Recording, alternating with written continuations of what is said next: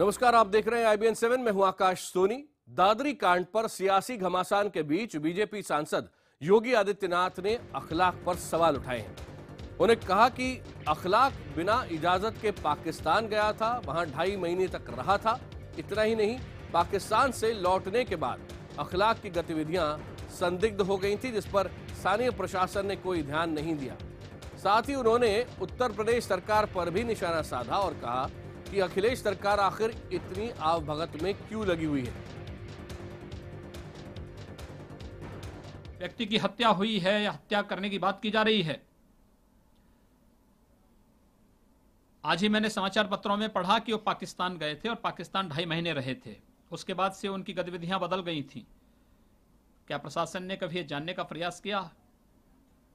एक व्यक्ति पाकिस्तान जा रहा है बिना परमिशन के, 2.5 महीने से अधिक वहां रह रहा है और उस सब के बावजूद उसकी संदिग्ध गतिविधियां प्रारंभ होती हैं और उत्तर प्रदेश की सरकार बेशर्मी के साथ उन्हें महिमामंडित करने का प्रयास करती है। उत्तर प्रदेश में बहुत सारे लोगों की हत्याएं प्रतिदिन होती हैं। यानी कि गोमांस के मुद्दे पर एक नया मोड़ अब सामने आ गया है। सियासी घमासान तो जारी है और उसी के बीच बीजेपी सांसद योगी आदित्यनाथ कूद पड़े हैं और उन्होंने अखलाक के ऊपर सवाल उठा दिए। कहा है कि अखलाक के बारे में जानकारी ये मिली है कि वो बिना इजाजत के पाकिस्तान गया था।